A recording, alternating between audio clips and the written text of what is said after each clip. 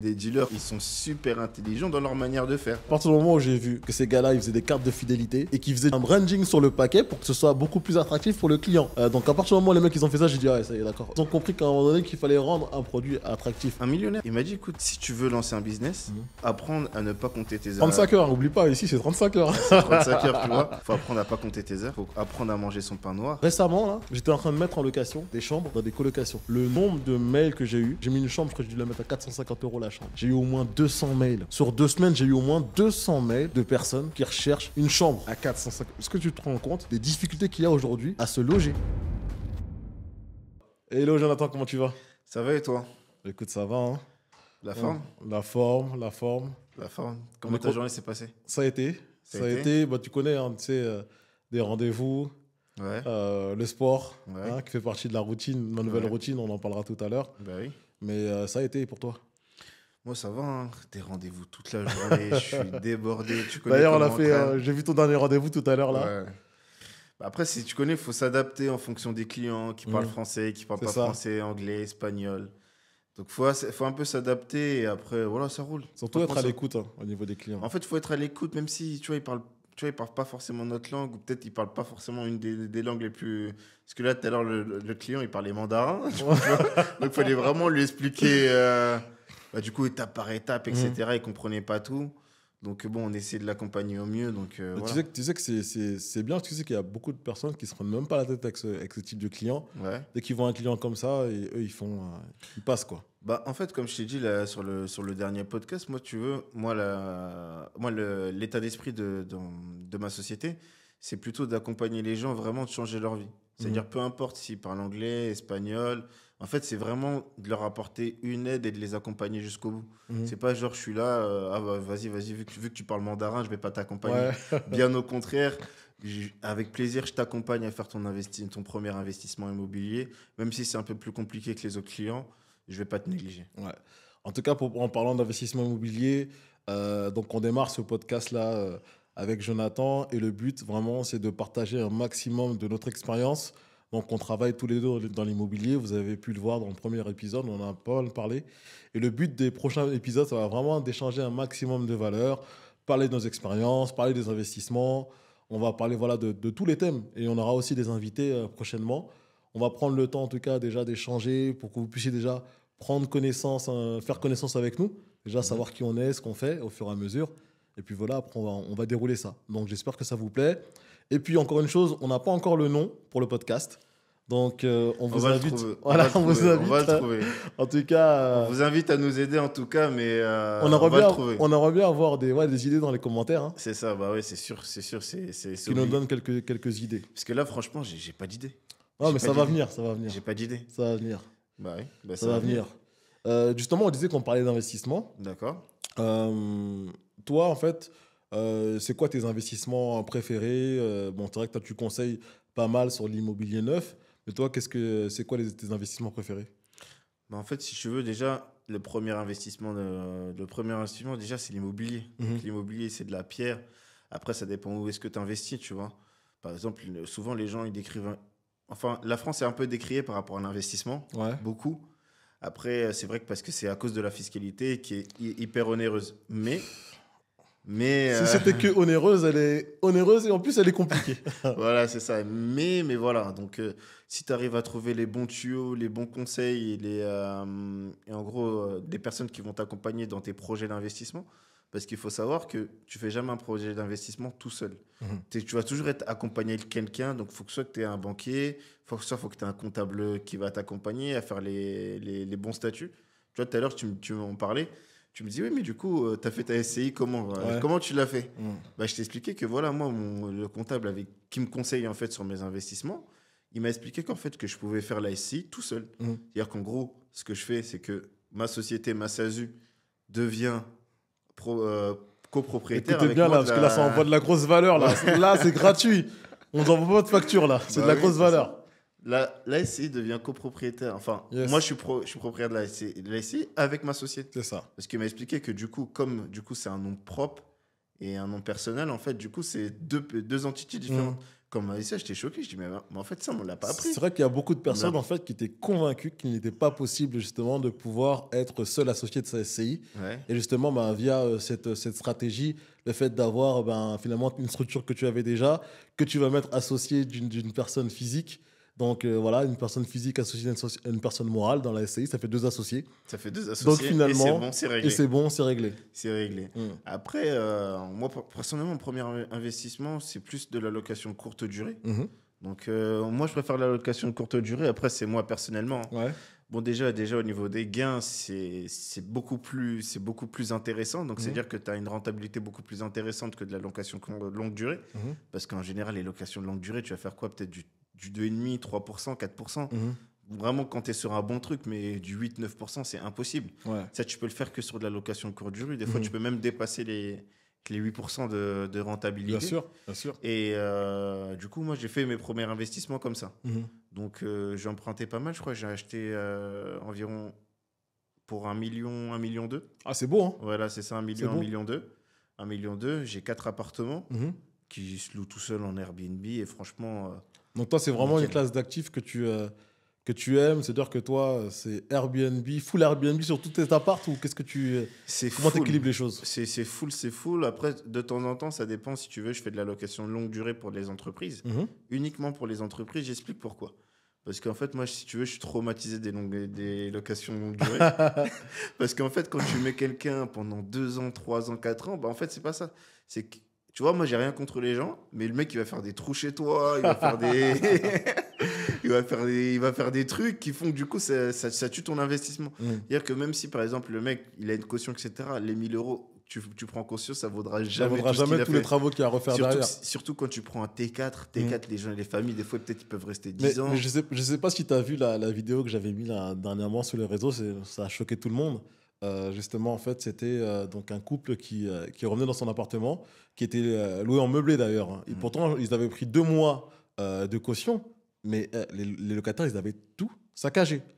Limite, c'était vraiment voilà, du vandalisme, hein, parce qu'ils sont partis avec le lave-vaisselle, le four, ils ont tout démonté. Et franchement, ils se sont dit, ils ont gardé la caution et on va faire en sorte de partir avec plus de produits que la caution. Donc finalement, il y a de plus en plus de personnes aujourd'hui qui ont peur de passer par la location classique parce qu'ils se disent que les gens ils risquent de saccager les appartements.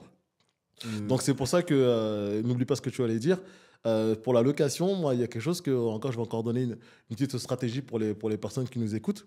Lorsque je conseille mes clients qui veulent faire absolument de la location en longue durée, je vais leur conseiller de passer plutôt par des associations. Donc il y a des associations type, on va dire, la plupart la Croix-Rouge, le Secours populaire. Ils recherchent ils recherchent des logements en fait, parce qu'en fait ils souhaitent loger des gens. En plus, c'est des associations qui sont connues. Elles sont connues et reconnues. Derrière, il y a l'État qui donne des subventions et elles recherchent des logements. Et ce qui est bien, c'est qu'en fait, on n'a pas à se soucier de la gestion, tout ça. Ils s'occupent de tout. Le loyer, il tombe toujours à temps. Et dès que en fait, ils quittent le logement, ils retapent tout l'appartement. Comme ça, il n'y a pas d'histoire, il y a quelque chose qui est cassé, tout ça. Donc ça, c'est une solution, en tout cas, pour les personnes justement qui ont peur de la location longue durée, parce qu'il y a tellement des histoires d'impayés, des choses comme ça. Et je vais donner encore une deuxième astuce pour ceux qui ont peur de la location longue durée. C'est aussi de trouver les garanties, parce que J'en c'est fais vrai- partie, hein, des gens qui ont peur, hein, je précise. Ouais, mais Voilà, c'est ça. ouais, mais je te comprends. Parce que là, en général, on a peur de louer son appart parce qu'on se dit que la personne, peut-être qu'elle ne va pas payer. Alors, il y a une garantie qui s'appelle la garantie Visal. Donc, c'est une garantie de chez Action Logement. Donc, on a la possibilité, justement, de pouvoir avoir cet organisme qui va garantir les loyers pour le locataire. Donc, en fait, le locataire, il a juste à se connecter sur le site Action Logement, demander son pass Visal. Maintenant, il y a des conditions. Il faut être en CDI pour certains ou être étudiant pour d'autres. Et si jamais, en fait, on a ce mandat, ce certificat, on va pouvoir justement avoir une garantie de 24 mois sur des loyers impayés et dégradation. Et moi, c'est l'une des seules garanties que je prends pour la location longue durée. Moi, ce que je dis à chaque fois à mes clients, c'est bien d'investir, mais c'est mieux de sécuriser son investissement. Parce que beaucoup de personnes, justement, ils ont investi et ils pensent que c'est, voilà, on a réussi. Non, c'est que le début. Tu as investi, tu as acheté un appartement, mais maintenant, il faut l'entretenir. Bah oui. Il faut prévoir le cash flow pour pouvoir faire les entretiens des charges de copropriété. Voilà, il y a plein de choses qu'il faut prendre en ligne de compte.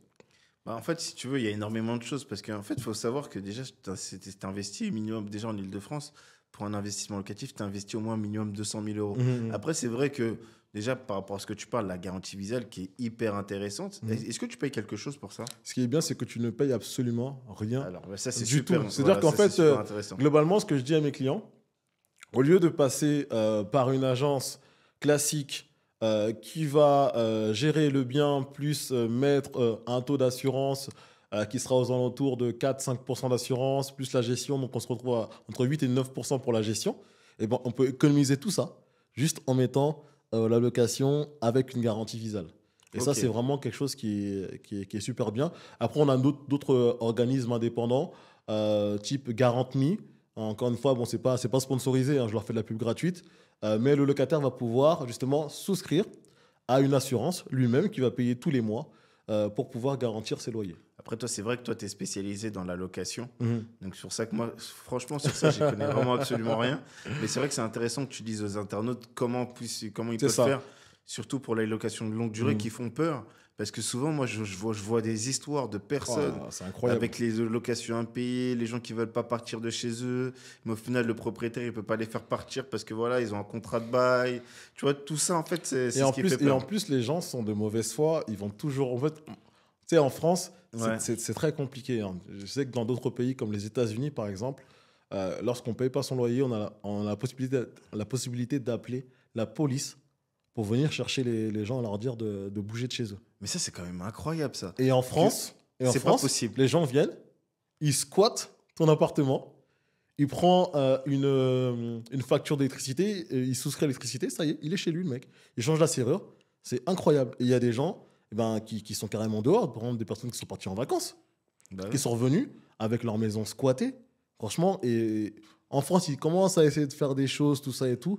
Mais c'est compliqué parce que de toute façon, le propriétaire il a toujours tort. Parce qu'il y a aussi la stratégie juridique qui prend énormément de temps. Mais forcément, les gens veulent faire justice eux-mêmes. Ils envoient des équipes. Et finalement, c'est eux qui perdent.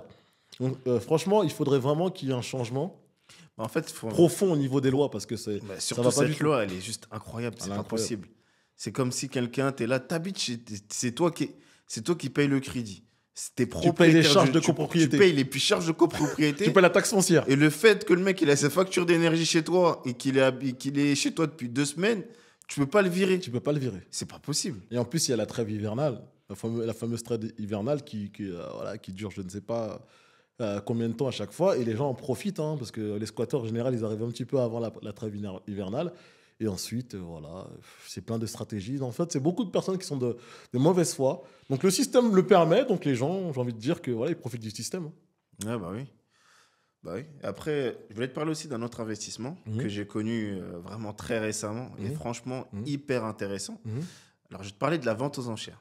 Ah, Franchement, c'est intéressant. ouais, Je franchement, vais te donner une petite expérience par rapport à Statch. mais franchement, j'ai commencé ça il y a 7 mois. Mhm. Et en fait, ça, du coup, la vente aux enchères, je parle en investissement, c'est que du coup, je m'en occupe vraiment uniquement en achat-revente. Ouais. En achat-revente uniquement. Mhm. Pourquoi? Parce qu'en fait, tu vas arriver sur des biens à des prix juste attractifs. Mhm. Si tu te retrouves tout seul dans la salle, bah, tu vas avoir des prix incroyables. Et du coup, moi, j'ai fait un achat comme ça, un achat-revente. Mhm. Franchement, j'ai acheté le bien. Mhm. J'ai fait quelques travaux, mais vraiment quelques travaux de rafraîchissement, parce que les gens ils avaient complètement abandonné le bien, etc. Donc je l'ai remis un peu au goût du jour. J'ai fait un petit home staging. J'ai fait venir une architecte d'intérieur, etc. Et l'architecte d'intérieur, bah, du coup, elle m'a remis bien propre et tout, nickel. Parce qu'en plus, le pire, c'est que l'adresse, il était dans une belle localisation de Saint-Maur-des-Fossés. Ah, Donc, du c'est coup, une belle commune, Saint-Maur. Voilà, très belle commune. Mhm. Et du coup, ce qui s'est passé, c'est que du coup, le bien, je l'ai mis à neuf, bien tout. J'ai bien fait le jardin tac, parce que c'était une maison. Mhm. J'ai tout mis à propre et tout. Je l'ai revendu direct au bout de 2 mois. Bien sûr, 2 mois. bien sûr. Avec une plus-value de 200 000 euros. Mais tu sais que les gens, aujourd'hui, ils font enfin, moi, je suis déjà allé du coup dans les enchères. Malheureusement, je n'ai jamais réussi à gagner une enchère parce qu'à chaque fois que j'ai fait des enchères, il y avait que des loups dans la salle. Toi, il y avait personne. Moi, il y avait que des loups. Moi, limite, je me suis dit, mais les enchères, c'est une mafia ou quoi? Et à chaque fois, tu revois les mêmes mecs.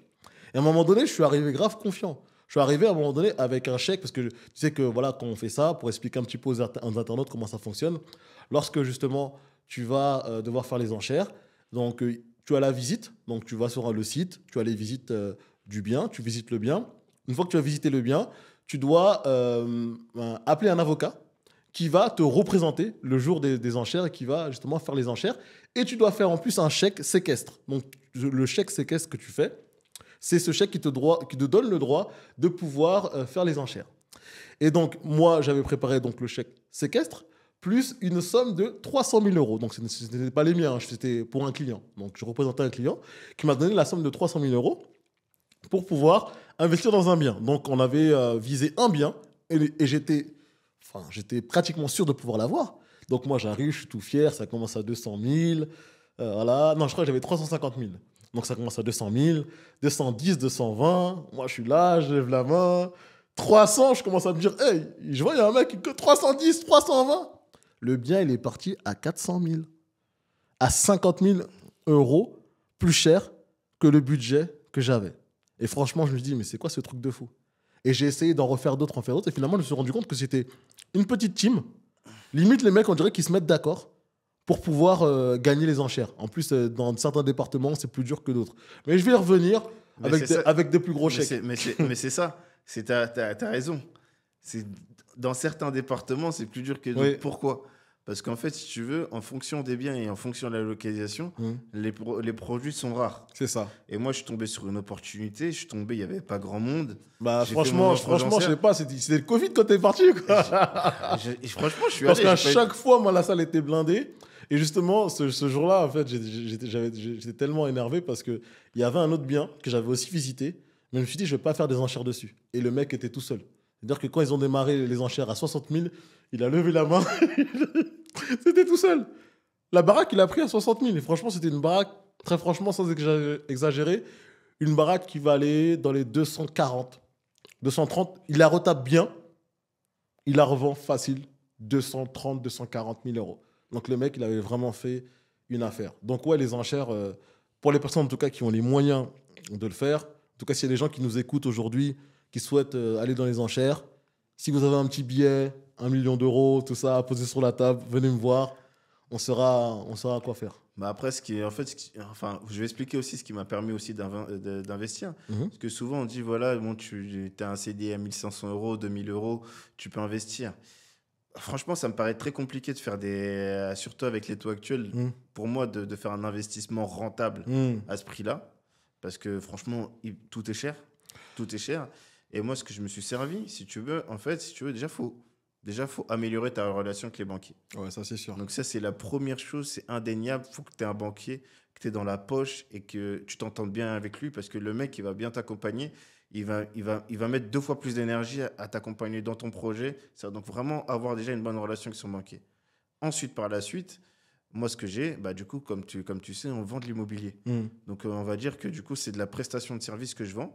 Et du coup, ce qui me permet en fait d'avoir en fait des gains qui sont colossales et que derrière, qui me permettent de pouvoir réinvestir via ma holding et via la SCI. Tu vois ce que je veux dire? Et du coup, de ce fait ça, bah, par exemple, ma SCI, peut-être qu'elle n'a pas de bilan, elle n'a rien. Mais en fait, j'ai pu emprunter, en fait. Je ne sais pas si tu vois ce que je veux dire. Et en fait, ça, c'est une technique, ça, c'est une approche que mon banquier m'a expliqué. Et qui m'a permis, en fait, de pouvoir investir plus d'1 million d'euros. En fait, les banquiers, ce qu'ils aiment bien, c'est d'avoir du flux. C'est-à-dire que quand tu vas dans une banque, quand tu arrives, ils veulent voir du flux passer. À partir du moment où ils voient du flux passer, ils peuvent outrepasser certaines règles.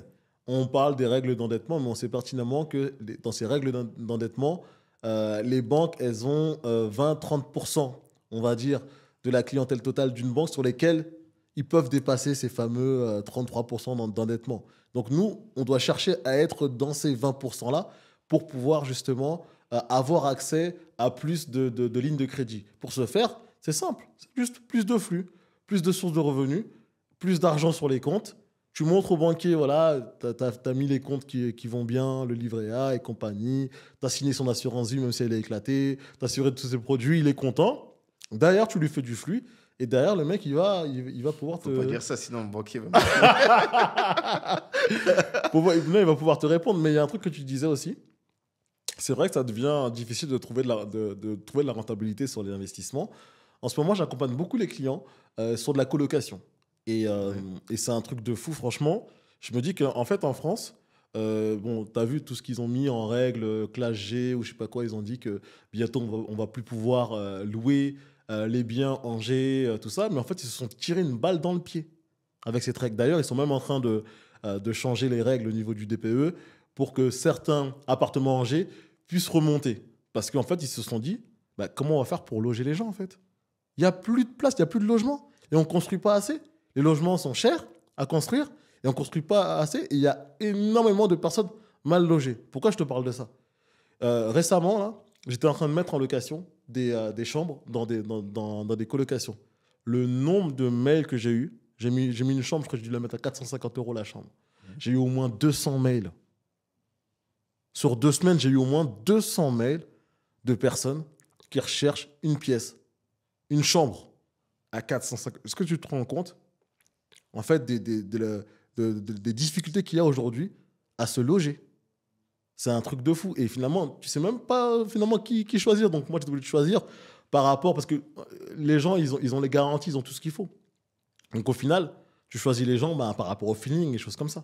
Et c'est pour ça que je continue à accompagner les clients sur de la colocation. Bien sûr, après, c'est pas n'importe où. Je vais pas faire une colocation dans le fin fond de la Cambrousse, hein, mais dans des zones où il y a des transports, où il y a des bus, où il y a des universités, voilà, où il y a un minimum, en tout cas, de commodité autour. Mais en tout cas, le bien en colocation, ça va permettre en plus d'avoir des bonnes rentabilités, puisque voilà, au lieu de louer à une famille, on va louer à 4 personnes, on va essayer de mettre 4 chambres. Bon, parfois, il y a des gens qui forcent un peu, ils mettent des 5, des 6 chambres. Mais déjà, sur 80 mètres carrés, si on met 4 chambres, on met déjà 4 belles chambres. Et derrière, Ça, c'est ce qu'on appelle des marchands de sommeil. Ouais, marchand de sommeil. Mais en fait, et là, je vais repartir en une anecdote. Mhm. C'est du coup pour pas, en gros, pour pas se faire d'a priori. Là, je parle d'autre chose qui a vraiment strictement rien à voir. Attention à ce que tu vas dire. Parce que là, j'ai oublié. Sinon, si j'en parle pas tout de suite, je vais oublier. Mhm. Je vais dans un rendez-vous Mhm. avec une commerciale à moi. Ouais. On va dans le 93. Et 93, tu as compris, c'est les pros de ça. Mhm. Ils prennent des maisons et ils font au moins 6 logements dedans. Attends, t'es gentil, tu dis 10 logements, ils en font 15. Il faut au moins 15 logements. Et du coup, tu arrives, tu vois, tu te dis, mince, punaise. Et franchement, le commercial qui vient de commencer, il arrive, il dit, ah, punaise, cette cliente-là va être infinançable. Genre, je vais perdre mon temps. Tu vois ce que je veux dire? Donc moi, je dis à ma commerciale, tu sais, je lui dis, bon, vas-y, on y va, tu vois, tranquille, on se met pas d'a priori. Voilà, il n'y a pas de problème, tu vois. Et du coup, on y va, on arrive, tu vois, c'est une famille de Sri Lankais, hyper gentille, hyper tranquille et tout. Et tu vois qu'ils sont 3 dans l'appartement, enfin, ils sont 4 dans l'appartement, ça fait 50 mètres carrés, tu vois, c'est petit, Incroyable. tu vois, c'est compliqué. Mhm. Ça fait plus de 10 ans qu'ils payent 1 000 € de loyer. Oh là là. Tu vois, donc, tu sais, quand il dit ça, tu sais, t'as mal au cœur un peu. Tu vois, je me suis dit, non, eux, il faut vraiment que je leur trouve une solution. Et franchement, déjà, au niveau des documents, ils étaient hyper réactifs, tout réactif dans le moindre détail. Et on a pu avoir leur crédit en moins de 2 semaines. On a tout eu en moins de tout. On leur a trouvé une maison à Louvre. Et franchement, ils étaient hyper contents. Mais quand on parlait de tu parles de colocation, moi, je voyais, tu sais, cette grosse maison-là. Et je dis, mais punaise, le mec, il doit empocher combien avec cette maison-là? Mais je te dis, Genre, il doit mettre. c'est incroyable. Je te dis, j'avais vu un reportage. Marchand de sommeil. Ouais, marchand de sommeil, là, avec un certain monsieur Popescu, un truc comme ça. Et franchement, je me suis tellement marré sur ce reportage, je me suis dit, c'est pas possible. Le mec, il avait 2 ou 3 maisons au Blanc-Ménil. Le mec, il divisait les maisons par. Il faisait une dizaine de logements par maison. Le mec, il avait un cash flow qui était, je crois, de 5 000 € de cash flow. T'imagines, de 5 000 € de cash flow, tu as 3 baraques, tu as 15 000 € de cash flow et que tu as mal logé les gens. Après, lui, il disait que oui, en effet, moi, j'aide les gens, tout ça. Mais bon, il savait pertinemment que globalement, il jouait un petit peu sur la misère des gens. Et très franchement, même moi, dans mes colocations, des fois, j'ai des demandes. Il y a des personnes qui me disent, oui, est-ce que je peux venir avec un ami dans ma chambre, parce que des fois, en fait, mes colocations, elles sont pleines, donc je peux plus rajouter des gens. Mhm. Et les gens, ils viennent me voir, oui, est-ce que je peux venir avec un ami dans la chambre? Du coup, moi, je vous rajoute 300, 200 euros. Je pourrais faire ça. Franchement, je pourrais largement faire ça. Je gère au moins 6, 7 colocations. Je pourrais m'amuser à chaque fois de rajouter des gens et prendre un billet de 300 euros sur chaque coloc. Si je fais ça, je vais prendre 3, 4, 5 000 euros. Mais à quel prix? C'est-à-dire qu'à un moment donné, les gens, ils vont se marcher dessus. Si jamais il y a une problématique, il y a le feu dans la maison, les gens ne sont pas assurés. Qu'est-ce qu'ils faisaient là? Tu vois, c'est plein de choses comme ça. On ne peut pas penser uniquement à l'argent. Il faut aussi penser un minimum au bien-être des gens. Ouais, bah, bien Donc sûr. voilà, c'est travailler avec un minimum d'éthique. Oui, certes, on est là pour faire du business, on est là pour faire de l'argent, mais on ne va pas commencer à entasser des gens Bah, comme c'est ça ça. dans, dans- C'est dans- ça dans l'immobilier des propre. situations On compliquées. appelle ça de l'immobilier propre, ce que tu veux faire. Bah oui. Parce qu'en fait, souvent, tu vois, les gens ils disent oui, l'investissement immobilier. Mais l'investissement immobilier, après, il faut faire aussi les choses propres. Il Mhm. ne faut pas faire de l'investissement immobilier seulement pour s'enrichir. Parce que Mhm. forcément, après, ça ne va pas durer sur le temps.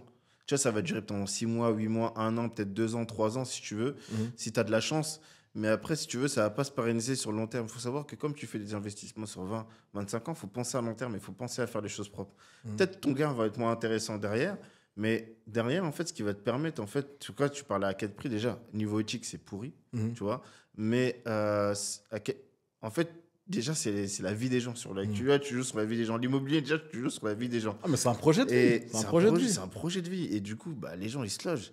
Ils viennent avec leur famille, ils trucs. Toi, tu es là, tu les mets dans un logement insalubre. Moi, franchement, je pourrais pas dormir. C'est C'est incroyable. pas possible. Moi, des fois, je suis parti dans des logements. J'ai dit, mais c'est pas possible. Comment les gens font pour vivre dans de telles conditions? Franchement, il y a des logements, même à Paris, hein. C'est horrible, hein. Je suis tombé sur des logements, des biens à vendre, où les locataires étaient encore dedans, qui vivaient dans des situations où la douche, elle marche mal, où il n'y a pas de douche, des choses comme ça. Franchement, il y a encore énormément de logements insalubres, et c'est pour ça que, en fait, le logement, c'est une crise que, enfin, en tout cas, en France, on n'arrive pas à trouver des solutions concrètes pour pouvoir Parce qu'en fait, régler c'est pas cette ça. crise du C'est qu'en logement. fait, si tu veux, le français est beaucoup attentiste. Mhm. Le français est beaucoup attentiste sur l'État. Le français Ouais. attend beaucoup le logement social. Le Mhm. français peut attendre 3 ans, 4 ans un Attention logement que tu veux, social. tu vas fâcher des gens. Mais c'est vrai. Mais c'est vrai, c'est la mentalité. Parce que souvent, des fois, je rencontre des gens qui viennent acheter soit un appartement, une maison. Ils me Mhm. disent, mais franchement, ça fait 5 ans, 6 ans qu'on attend un Oh logement là là, social. Et incroyable. au final, bah, c'est juste qu'on s'est dit, bah, on va essayer de voir si on peut acheter, tu vois. C'est ça. Mais ils se décident au bout de 6 ans. Tu vois ce que je veux dire? Mhm. C'est pour ça que je dis qu'en fait, la mentalité est fait que soit tu vas habiter en HLM, soit tu vas être locataire. Parce que, comme on a parlé de la dernière fois sur l'ancien podcast, la France, c'est pas un pays de propriétaire, c'est un Ouais. pays de locataire. Ouais. Et ils tiennent à peu près. Tu sais, la France, ils ont combien de pourcentage? Enfin, Je crois, en tout cas, je pense qu'on a le taux le plus faible, l'un des taux les plus faibles d'Europe, je crois, hein. les taux les plus faibles d'Europe. Et Ouais. même, en termes de la France, Mhm. de ce que j'ai vu sur un reportage, à 60% des Mhm. biens de France Mhm. leur appartiennent. Ouais. C'est quoi ça? C'est pas beaucoup. Mais c'est beaucoup, c'est C'est énorme. beaucoup. 60% des biens. En gros, tu sais, les logements sociaux.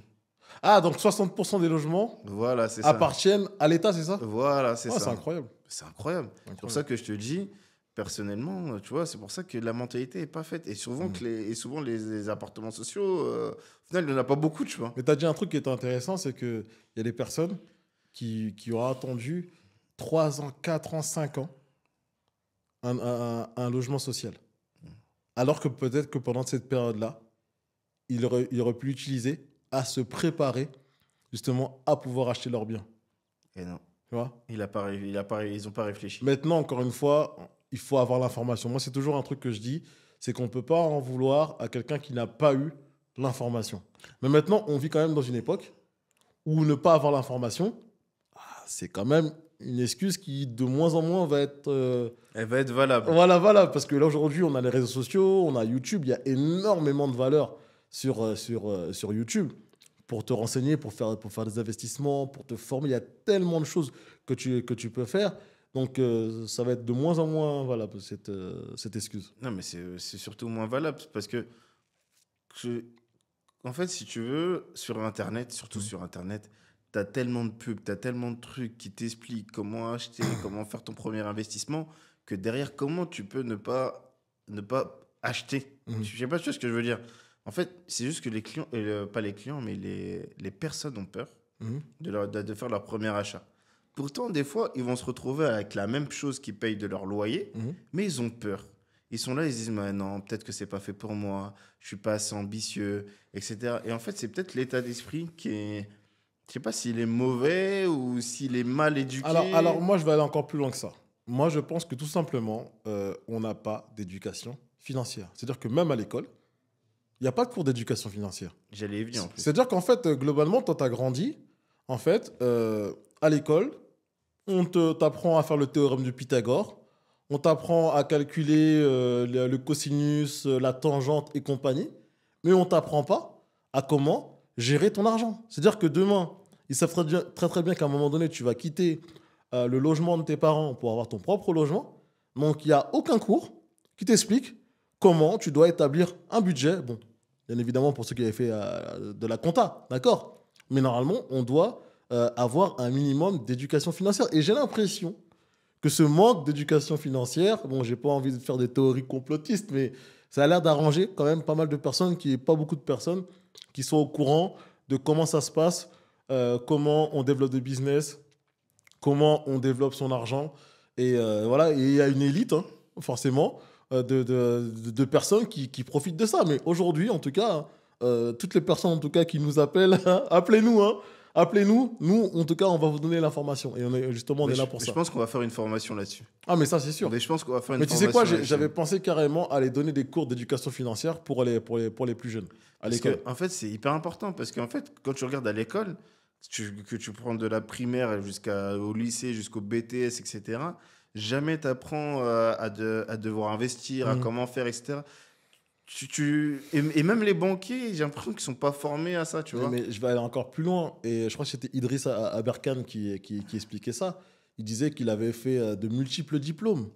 Il a dit, j'ai fait tel diplôme, j'ai fait maths sup, maths p, tout ça et tout. J'ai je sais pas combien de doctorats. Il a dit que même un dealer s'y connaît mieux en entrepreneuriat et en investissement que moi. Mais attends, tu parles des T'imagines? dealers.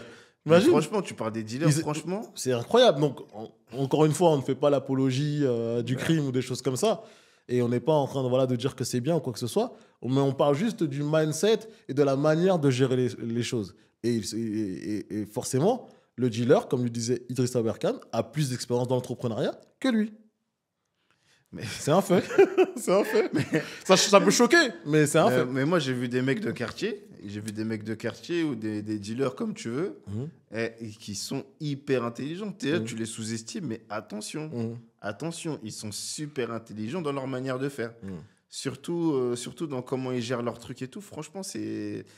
J'ai demandé un petit peu des fois comment ils géraient à des Ah, amis. non, je savais pas que tu étais en relation avec ces gens-là. Non, mais Moi, je non. vais arrêter de te parler. Moi. Mais J'ai tu pas de connais, problème. tu poses des questions, toi, t'es curieux, toi aussi. Oui, toujours. T'es curieux, tu J'ai veux dit ça, mais savoir moi, un je suis petit le, peu. moi, je suis le T'es premier à premier demander. à- Je suis le premier. Voilà, c'est Je suis le ça. Et premier. du coup, bah, tu leur poses des questions. Je dis, mais tu fonctionnes comment et tout. Hmm. Et ils m'expliquent un peu le système. Et en fait, le truc, ils ont automatisé. Ils ont tout Donc, automatisé. moi, à un moment donné, à partir du moment où j'ai vu que ces gars-là, ils faisaient des cartes de fidélité et qu'ils faisaient du branding sur les paquets, c'est-à-dire que les mecs, ils faisaient un branding sur le paquet pour que ce soit beaucoup plus attractif pour le client. Donc, à partir du moment où les mecs, ils ont fait ça, j'ai dit, ah, ouais, ça y est, d'accord. Eux, Mais ça y est, ils sont loin. ça y est, ils sont loin. Ils sont loin. Ils sont loin dans le marketing. Ils ont compris qu'à un moment donné, qu'il fallait rendre un produit attractif. Et c'est pour ça qu'à chaque fois, nous, on aime bien encourager aussi les gens bah, à se lancer aussi. À se lancer parce qu'à un moment donné, c'est au lieu, ouais, la théorie, c'est bien. On est allé à l'école, on a pris des cours, tout ça. Mais à un moment donné, il faut se lancer. Mhm. Il n'y a que en se lançant que tu vas prendre de l'expérience. Et même si au début, c'est difficile, même si au début, voilà, on va peut-être même se moquer de toi en vrai, tu vois. Mais tu travailles pendant 1 an, 2 ans. Finalement, Jonathan, au début, voilà, mais là, ça fait 3 ans, il commence à être pertinent. 4 ans, 5 ans, 6 ans. Maintenant, Jonathan, c'est un expert. Je veux parler d'immobilier neuf, je vais voir Jonathan. C'est comme ça, en fait. C'est qu'au fur et à C'est ça. mesure de ton expérience, de rencontrer des clients, de vendre, tu arrives mieux à te vendre, tu arrives mieux à parler, tu arrives mieux à t'exprimer, tu développes tes relations. Et au fur et à mesure, tu commences à avoir un business qui est rentable. Et ben c'est ça, en fait. En fait, si tu veux, euh, un, un millionnaire, tu sais ce qu'il m'a dit? Mhm. Il m'a dit, écoute, si tu veux lancer un business, Mhm. il faut apprendre à ne pas compter tes heures. C'est-à-dire que Hmm. si tu veux déjà 35 heures, n'oublie pas, ici c'est 35 heures. c'est 35 heures, tu vois, il faut apprendre à pas compter tes heures. Il faut apprendre à manger son pain noir. Hmm. Et si, encore mieux, hein, si tu veux apprendre à acheter sans avoir à compter, Mhm. faut que tu comptes pas, faut que tu regardes plus. C'est Faut ça. tu vois, si tu veux plus regarder ce que tu achètes, bah derrière, il faut que tu apprennes à ne plus rien regarder, tu vois. Hmm. Dire les heures, le temps que tu prends avec les gens, etc. Faut plus regarder, tu vois. Et en fait, il faut que tu restes focus à apporter un maximum de valeur. Hmm. Et limite, il faut que tu rapportes même plus de valeur que ce que tu gagnes. Bien sûr. Et quand tu réfléchis comme ça, et moi, je me suis fait des reboots, donc je me suis remis à zéro. Mhm. Et à chaque fois que je me suis remis à zéro comme ça, j'ai réfléchi. Et je dis, ah oui, c'est vrai, il a raison, parce qu'à chaque fois que j'ai voulu, en gros, que ma valeur n'était pas, en gros, la valeur que j'apportais n'était pas par rapport à ce que j'apportais, mais en fait, tu vois, je réajustais, et à chaque fois, mon business, il marchait mieux. Mhm. Je sais pas si tu vois ce que je veux dire. Bien sûr. Et du coup, en fait, tout ce qu'il m'a dit, tu vois, c'est tous les jours, je me le répète, je réfléchis, je dis, mais en fait, ce mec, il avait hyper raison, et le mec, il est Mais tu as dit un truc qui est super important. Et encore une fois, c'est encore une clé qu'on va donner encore gratuitement pour les entrepreneurs ou même les personnes qui travaillent dans l'immobilier ou quoi que ce soit. C'est-à-dire que si tu es agent immobilier, ne sois pas un simple agent immobilier. C'est-à-dire que essaye d'apporter un peu plus de valeur aux gens. Essaye de rendre des services aux gens. Moi, je sais que parfois, j'ai des clients, lorsque je leur vends un bien, et après, eux, ils décident de faire eux-mêmes leurs travaux ou des choses comme ça. Moi, chaque fois, je vais leur proposer un service. Est-ce que vous voulez que je fasse passer, par exemple, une femme de ménage? Et moi, je peux rajouter ce service-là, je peux leur en faire cadeau, juste pour là, pour dire que voilà, j'ai vu que l'appartement n'était pas très propre. Donc voilà, j'ai décidé de payer une femme de ménage, ça va me coûter 20 euros de l'heure. Elle vient, elle va faire 3-4 heures. Je paye la femme de ménage et mon client, il est content. Il va se dire que voilà, il m'a rendu un appartement qui était clean. Et derrière, bah, si j'ai quelqu'un à recommander, bah, ça sera Gérald. Automatiquement, parce qu'en fait, il est parti au-delà de ce que je lui avais demandé. Et ça, c'est quelque chose de très facile à faire. Toute personne aujourd'hui qui veut faire la différence, tu es dans une activité, tu es dans un business, tu veux faire la différence, apporte plus de valeur à tes clients. Et en plus, fais-le sincèrement. Fais-le sincèrement. Moi, il y a des fois, je me suis déplacé en province à mes frais pour des clients. C'est-à-dire que j'ai un client qui devait signer un acte et malheureusement, il ne pouvait pas le faire. Ça ne fonctionne que pour les actes dans l'ancien. Dans le neuf, ça ne fonctionne pas. Mais dans l'ancien, tu peux carrément donner procuration à quelqu'un pour se déplacer et aller signer à ta place. À l'époque, il n'y avait pas encore les histoires de signature électronique. Donc, je me suis déplacé à Montpellier. Je suis arrivé chez la notaire. D'ailleurs, la notaire, elle m'a vu arriver. Elle a dit, ah ouais, tout ça. Elle était assez impressionnée. Parce que c'est quand même un client voilà, elle a dû taper son nom sur Google. Elle a dû voir que c'était un grand directeur d'une société du CAC 40. Et il m'a envoyé à sa place pour aller signer ce jour-là. Et il était hyper content. Et je lui ai rien demandé. Et c'est un client qui gagne très bien sa vie. Il a plus de pas loin de 250 000 euros à l'année. Donc j'aurais pu lui facturer quelque chose. Mais par contre, derrière, il m'a envoyé ses amis. Parce qu'à un moment donné, je lui ai apporté beaucoup plus de valeur. Ça, c'est ce qu'on appelle la recommandation. La recommandation.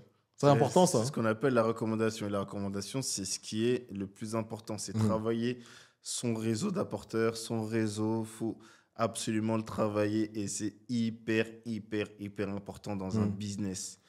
Comment tu fais, toi, d'ailleurs, pour travailler un petit peu ton réseau, développer tes recommandations? Est-ce que toi, tu pourrais nous donner quelques clés, en tout cas pour les personnes qui nous écoutent, pour les entrepreneurs qui nous écoutent, même pour les investisseurs, parce qu'il faut savoir que même quand tu es investisseur aussi, pour avoir les bons, on va dire, les bonnes connexions, pour avoir les bons biens, les bonnes, on va dire, les bonnes, les pépites, il faut connaître du monde en fait. Comment on fait pour connaître du monde? Parce que les gens ils vont me dire ouais mais toi c'est facile, toi Jonathan toi tu connais un tel, toi Gérald tu connais un tel, t'as percé. Non, finalement c'est un travail qui a été fait. Mais justement est-ce que tu peux expliquer comment tu as fait pour justement développer un peu ton réseau? Bah déjà, c'est ça, c'est énormément de travail. Alors, je vais te dire exactement comment ça se passe. Et ça peut fonctionner pour tout type de métier, Mhm. que ce soit dans l'IMO, que ce soit vraiment, vraiment dans tous les types de métiers. Ce qu'il faut prendre, c'est son business model. Mhm. C'est-à-dire que tu prends ton business model et tu regardes des gens qui sont pas concurrents de toi, mais qui sont dans le même domaine. Mhm. Donc, tu regardes les gens qui sont dans le même domaine que toi Et en fait, si tu veux, tu les proposes de devenir apporteurs d'affaires chez toi. Ok. D'accord? Donc, ce qui est, par exemple, dans l'immobilier, donc parce que nous, on est spécialistes dans l'immobilier. Mhm. Donc, par exemple, tu veux regarder. Moi, je vends de l'immobilier. Dans l'immobilier, il y a plusieurs catégories. Il y a le financement, Mhm. il y a la banque, il y a un petit peu de tout. En fait, tu vas voir ces personnes-là qui travaillent peut-être chez un courtier, les banquiers, tu vas les voir. Et en fait, pas forcément les banquiers, parce que les banquiers, en fait, par rapport à l'éthique, ils vont pas forcément vouloir. Mais peut-être les courtiers, par exemple, tu leur dis, écoutez, voilà, moi, je vends de l'immobilier neuf. Si vous me ramenez des clients, écoutez, moi, je vous donne un parrainage de 1 000 euros, 500 euros, en Mhm. fonction de ce que vous m'apportez. Et en fait, quand tu fais ça, tu crées en fait ton propre réseau d'apporteurs d'affaires.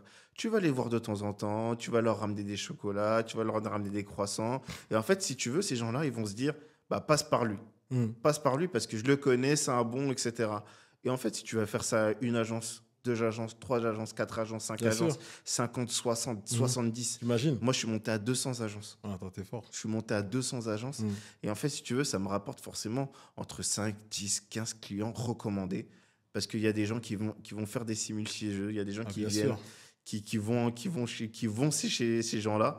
Et qui vont se dire, en fait, j'ai pas de bien. Ils, Mhm. ils viennent, en fait, j'ai pas de bien. Ah, écoutez, je peux vous proposer quelqu'un. Ils vont vous le truc. Mais pareil, en fait, dans tous les métiers, tu peux l'utiliser.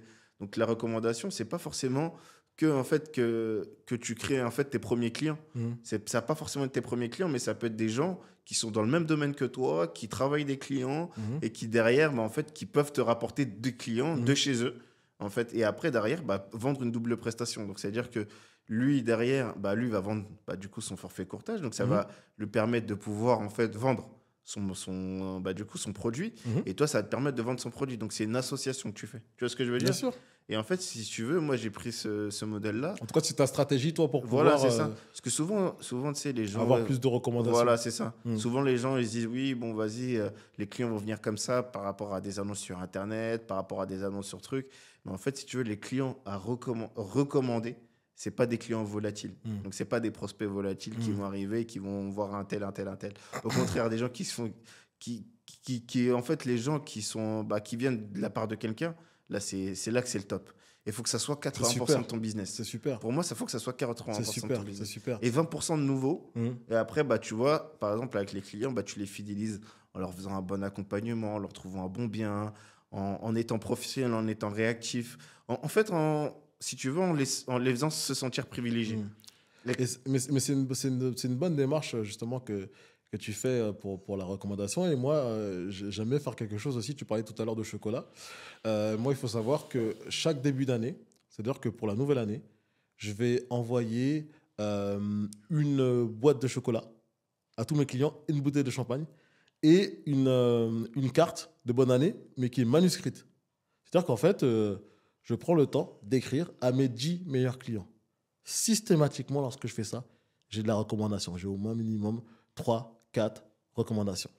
Et il y a quelque chose aussi que je fais chaque année aussi, c'est que j'ai beaucoup de clients, en tout cas dans ma branche gestion de patrimoine, ou même j'ai envie de dire que la majorité des clients à qui je vends l'immobilier locatif, il y a ce besoin ensuite de pouvoir faire la déclaration d'impôt.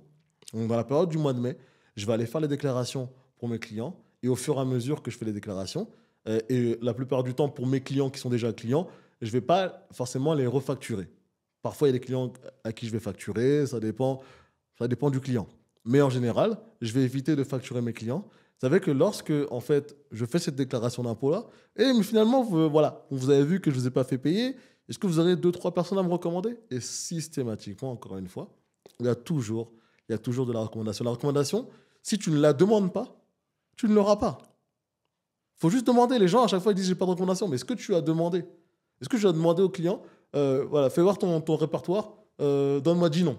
c'est ça. Donne-moi 10 Il noms. Ça peut paraître des stratégies, on va dire, à l'ancienne, tout ça et tout, mais c'est des stratégies qui fonctionnent encore aujourd'hui. Qui La fonctionnera toujours. recommandation, moi, je connais des gens, ils n'ont pas d'Instagram, ils n'ont pas de Snapchat, de TikTok, et les mecs, ils fonctionnent. Pourquoi? Parce qu'il y a le bouche à oreille, et le bouche à oreille, c'est très, très, très puissant. C'est hyper puissant. On va parler d'une des licornes françaises Mhm. qui a marché beaucoup par la recommandation, Mhm. IAD.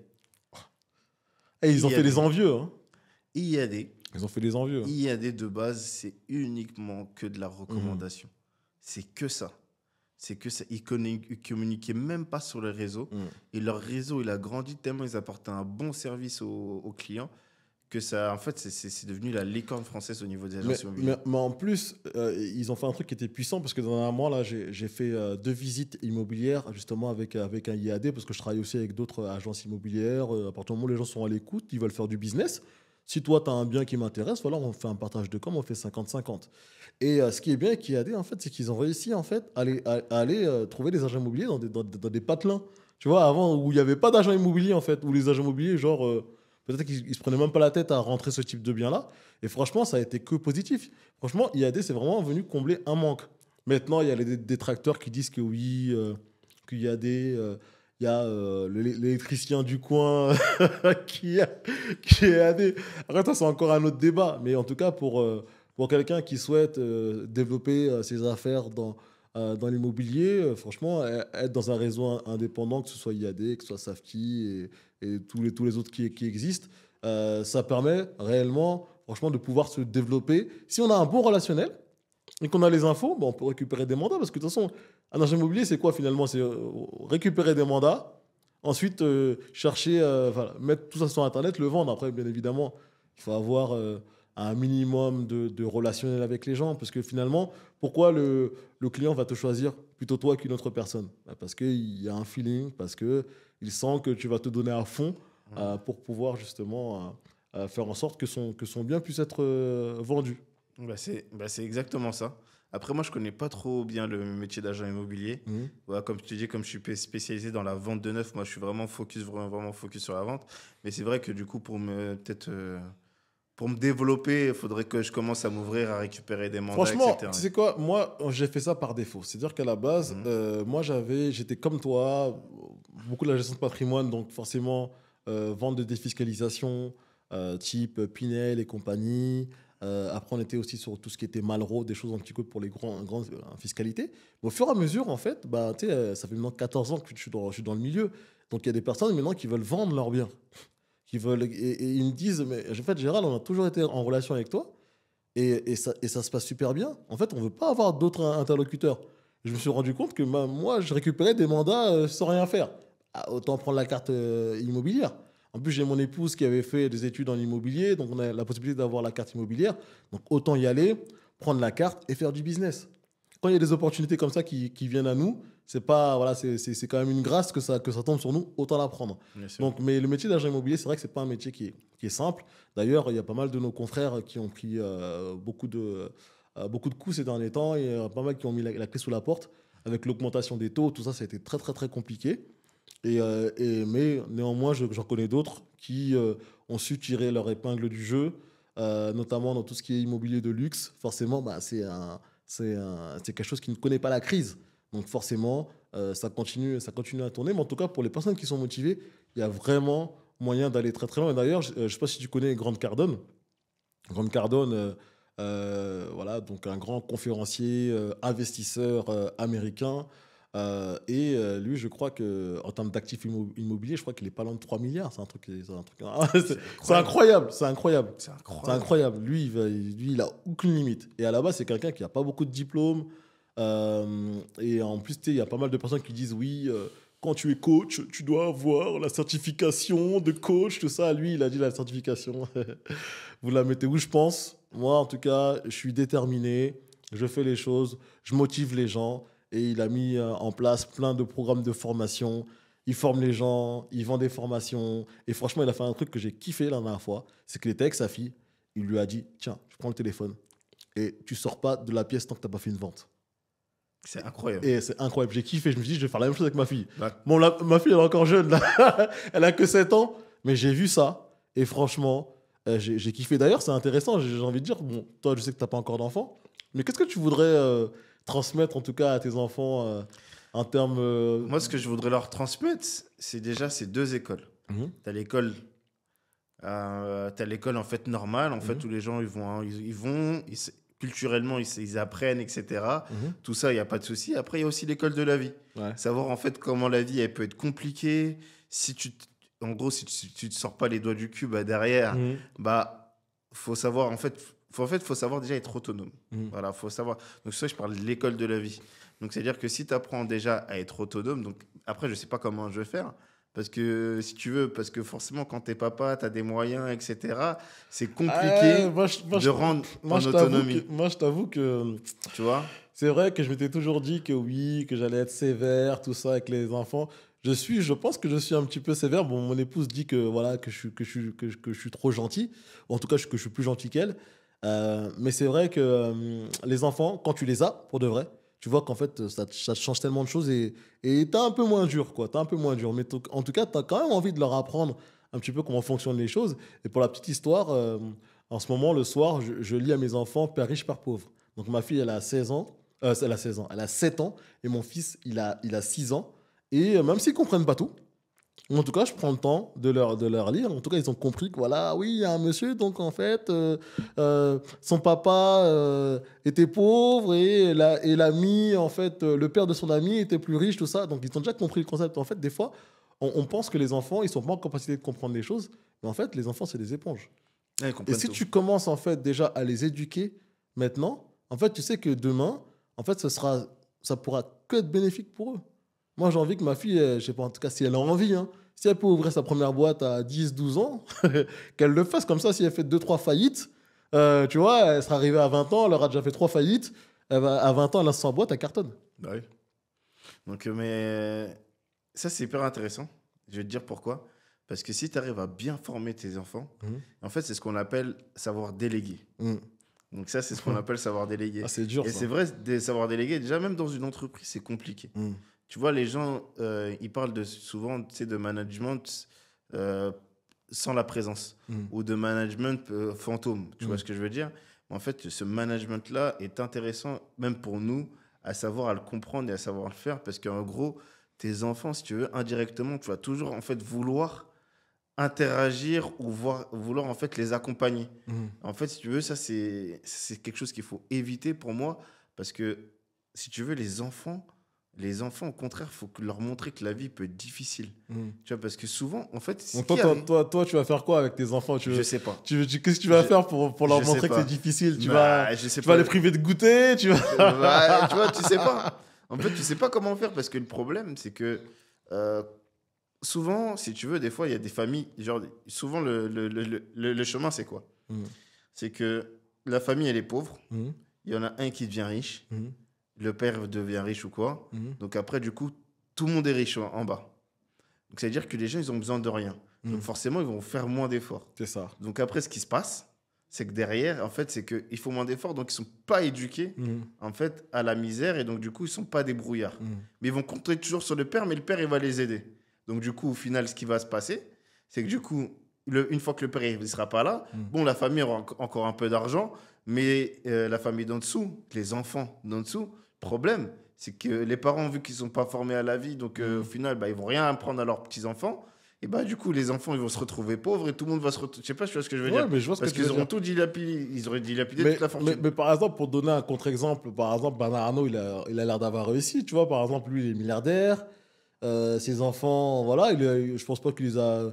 Que Bah, c'était on sent. dur. Après, je connais pas voilà, leur vie personnelle en détail, mais ils ont pas l'air ça a pas l'air d'avoir été dur pour eux, tu vois ce que je veux Bon, dire? Et on verra il y dans en a, il deux. y en a un qui est à la tête de la division montre, l'autre, voilà, donc il a quand même bien dispatché ça, quoi. Donc qu'est-ce que tu en Alors, penses de ça, toi? bah, en fait, lui, il a bien dispatché parce que je pense qu'il a bien formé donc il a bien managé ses enfants. Mhm. Après, si tu veux, on peut pas encore voir ce que ça va devenir parce que Bernard Arnault, il est Il est encore encore là. là. Il est encore là. Après, de ce que je vois, ses enfants, ils gèrent bien Mhm. les différentes maisons de luxe que Bernard Mhm. Arnault il a. Mhm. Au contraire, même, ils les font grandir. Mhm. Donc, lui, sur le management, lui, rien à dire. Franchement, c'est un des top niveaux parce qu'il a su gérer sa famille, gérer sa fortune, Mhm. gérer des entreprises qui étaient au Bon, bord de après la sa faillite. fortune, je pense qu'il a engagé des gars, d'après ce que je sais, voilà, il a une espèce de family office qui s'occupe uniquement de sa fortune.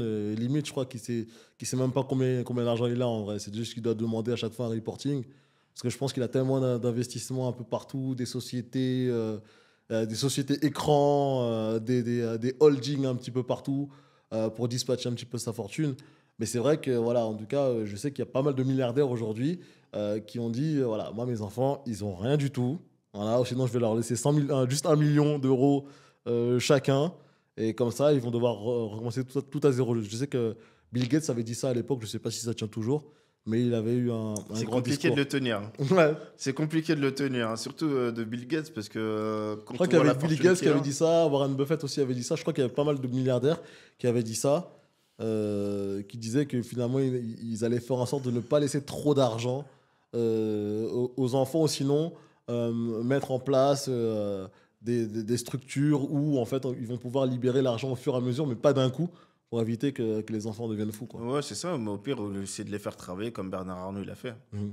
C'est de les rendre responsables et de les responsabiliser. Ouais, voilà. Tu vois, Mhm. son management, ça a été de responsabiliser les enfants Mhm. au niveau de, bah, du coup, ces différentes maisons de luxe. Et au final, bah, de ce que j'ai compris, ça a marché. Ah, mais ça a marché. De toute façon, il continue à grandir. Et nous, faut qu'on crée aussi notre dynastie. T'aimerais Ouais. bien avoir, toi, une grande famille comme ça, qu'on dise. Moi, j'ai déjà une dynastie de 12 frères et sœurs. Ah ouais? Bah oui. Tu m'as pas dit ça? Bah oui, j'ai famille Ok. recomposée. Ma mère, elle a fait des enfants. Mon père, il a fait Toi, des t'es le plus grand, du enfants. coup? Non, moi, je suis le deuxième. T'es le deuxième, ok. Et du coup, toi, c'est quoi ton positionnement aujourd'hui? Est-ce que c'est toi qui te positionnes, on va dire, en cette personne qui va tracter les autres? Ou comment ça se passe? Bah, moi, indirectement, je suis la personne qui va tracter les autres. Mhm. Après, c'est vrai que j'aime pas faire ça. Mhm. Parce que, si tu veux, quand les jeunes sont pas forcément dans la même mentalité que moi, de base, j'aime pas trop. Mhm. Mais comme c'est ma famille, bah, du coup, je suis obligé de le faire. Mhm. Après, il faut savoir que je suis le premier garçon. Mhm. Et tu connais, dans la famille africaine, forcément, le premier garçon, bah, derrière, c'est celui-là qui doit, C'est ça. c'est celui-là qui doit tenir, c'est Mhm. celui-là qui doit pas montrer qu'il va mal, c'est celui-là Mhm. C'est vrai. qui doit accompagner un petit peu C'est vrai. la famille, qui doit toujours être là pour sa maman, pour son père, pour tout le monde, tu vois, c'est lui qui truc. Donc, si tu veux, j'ai une responsabilité, moi, au niveau de ma famille, qui est Mhm. hyper importante. Et souvent, bah, des fois, même les gens de ma famille ne le voient pas et ne le comprennent pas. Mhm. Parce que forcément, je vais pas leur expliquer toutes les choses qu'on a à gérer, tous les trucs, tous les problèmes. Eux, ils savent pas, ils voient rien. Tu vois, pour eux, tout va bien, ils mangent à leur faim, Tout se etc. passe bien. Mais pour nous, derrière, Mhm. ceux qui ont des responsabilités, bah, faut savoir, faut vraiment tout gérer. Et tout gérer dans une famille 12, 13 avec les qu'on appelle ça, les différents qu'il peut avoir en fait entre Ouais. le plus grand, le plus petit avec. Ça, c'est classique, c'est du classique. C'est Moi, compliqué, tu nous, vois. nous, nous, on n'était pas autant que Donc, chez toi, mais nous, on est trois. Ouais. Et moi, je suis le plus grand, d'ailleurs. Et moi, j'ai toujours pris ce rôle de grand frère à cœur. Voilà, j'ai toujours voulu, en tout cas, être ce rôle, justement, où je vais les amener, je vais les aider, en tout cas, à aller vers là où ils veulent aller, leur donner un coup de pouce, les aider sur leur investissement, les accompagner sur leur investissement. Parce que déjà, j'avais pu le faire avec mon père, hein. Mon père avait commencé à investir très tôt. Mais lorsque j'ai grandi et que j'ai compris comment le marché de l'immobilier fonctionnait, j'étais en mesure justement de pouvoir conseiller mes parents. Donc, j'ai aussi fait avec mes frères et sœurs. Et j'en suis très content. Et moi, c'est vrai que moi, ce rôle de grand frère, c'est un rôle que je prends vraiment à cœur. Même maintenant, du haut de mes 40 ans, je joue encore au grand frère avec mon petit frère et ma petite sœur. Et ils le savent, ils l'acceptent, ils savent que c'est pour leur bien, ils savent que je fais ça parce que je les aime et surtout parce que j'ai envie qu'ils aillent le plus loin possible. Donc moi, j'ai toujours aimé en tout cas tracter les gens. Je le fais avec ma famille, je le fais avec les clients, je le fais avec les amis. Et c'est vraiment... ça fait partie de ma vie en fait. C'est un truc que je fais naturellement. Naturellement. Je me souviens, j'ai un pote à moi, à chaque fois, il me disait, eh, Gérald, toi, quand tu arrives à un endroit, tout le temps, tu es en train de demander qu'est-ce que les gens ils font comme métier, qu'est-ce qu'ils veulent faire, tout ça et tout. En fait, moi, c'est naturel chez moi de savoir comment je peux t'aider. Ah, mais moi, je connais quelqu'un peut-être qui peut t'aider à faire ça. J'essaie de mettre des gens en connexion. C'est quelque chose que je fais de manière naturelle. Donc, j'ai cette responsabilité-là, en tout cas, qui est en moi, en fait. C'est comme ma mission de vie, en fait. Parce que voilà, pourquoi je suis dans l'immobilier, pourquoi je suis là-dedans, pourquoi je donne du conseil. Parce que je sens que c'est une mission que j'ai d'aider les gens. Et en plus, ça me fait gagner de l'argent. Donc, Bah, donc c'est magnifique, quoi, tu vois. bah, c'est super magnifique. Déjà, de vivre de son métier qu'on C'est ça. adore. Et qu'on aime. Et Se qu'on réveiller le aime. matin sans se dire que finalement, j'aime pas D'ailleurs, ce que je fais. Gérald, c'est vrai que c'est un des points qu'on devait voir ensemble là, Mhm. sur ce podcast. Mhm. C'est quelle est ta routine, toi, au niveau. Ah ouais. Voilà, c'est ça. Mhm. Quelle est ta routine, toi, en fait, en tant que gestionnaire de patrimoine, en tant qu'accompagnateur de clients dans leurs investissements sur ton colocation. Donc, quelle est ta routine, toi, genre tous les jours, du lundi au vendredi? Alors, la routine, c'est quelque chose sur lequel encore, je l'avoue, je suis encore en train de travailler sur cette routine. D'accord. Donc là, ça fait environ 2 mois là que j'ai repris le sport. D'accord. Donc ma routine classique, elle serait de me réveiller le matin, de prendre un temps de méditation, de prière, ensuite aller au sport. Ensuite, une fois que j'ai fini le sport, je reviens, j'ouvre mes mails. Donc je regarde un petit peu comment ça se passe, tout ça et tout, les mails auxquels je dois répondre. Ensuite, je commence ma première activité. Quand je dis ma première activité, qui est l'une de mes activités, mais je pense qu'on en parlera un petit peu après. C'est-à-dire qu'en fait, je regarde les marchés financiers et je vais placer 2 ou 3 trades. Voilà, je vais placer 2 ou 3 trades. Je vais trader pendant environ 1h30, 2 heures. Une fois que j'ai fini mes trades, là, je vais sur mes dossiers clients. Donc, j'avance. Si j'ai des documents à envoyer à des banquiers, des appels à faire. Et ensuite, l'après-midi, ça va être plutôt pour les visites. Donc, faire les visites des biens, soit en location, soit des visites pour des achats, soit des visites pour des ventes. Et ensuite, le soir, en général, je vais soit rencontrer des partenaires, soit ou rencontrer aussi des clients à qui on peut se voir que le soir. Et ensuite, voilà, je vais rentrer chez moi. Voilà, je prends le temps de manger, tout ça et tout. Je vais me mater un podcast, voilà, parce que toujours un maximum de valeur. Et le soir, j'aime bien voilà, me former, prendre le temps de lire, regarder des podcasts, vraiment faire en sorte de toujours être à jour de ce qui se passe sur le marché, tout ça. Je vais me connecter aussi sur Twitter, regarder un petit peu ce qui se passe, quelles sont les tendances. Donc c'est vraiment ma routine. Et du coup, toi, qu'est-ce que tu penses en fait quand tu as une routine de. En fait, faut que tu ailles au sport, faut que tu manges sain, etc. Qu'est-ce que tu penses d'une routine comme ça? Le fait d'aller au sport et manger ça. Ouais, c'est ça. De toute façon, aujourd'hui, c'est ce qu'il faut faire. Hein. Franchement, notre corps, j'ai envie de dire, c'est notre outil principal. Si notre corps n'est pas bien, ça va être difficile de pouvoir développer nos affaires, de développer nos business. Donc, on se doit de prendre soin de notre corps. Et même si c'est vrai que c'est pas facile, on aime bien les fast-foods, c'est toujours plus facile de s'arrêter à un McDo, de prendre des burgers et tout. Mais c'est vrai que le fait de faire du sport, déjà, c'est très très bien même pour ton mindset. C'est-à-dire que le fait de te dépasser, ça te pousse toi-même aussi à te dépasser même dans tes affaires et dans tes business. Donc franchement, être dans un bon équilibre au niveau du sport, au niveau de la nourriture, et au niveau de tes relations, et bien évidemment aussi retirer tout ce qui est toxique, pas seulement la nourriture toxique, mais aussi les gens toxiques. On va pas ouvrir un autre débat parce que là, je pense qu'on est pratiquement à 1 heure. Donc peut-être que je sais pas si tu voulais rajouter quelque chose ou rebondir sur ce que je viens de dire. Bah, en fait, je voulais pas rebondir, mais je voulais clore le sujet avec quelque chose. C'est comment devenir une meilleure personne en 2024 pour toi. Ah. Tu sais, il y a un truc que je fais chaque année, c'est que chaque fin d'année, je fais un bilan. Voilà. J'essaie d'être objectif.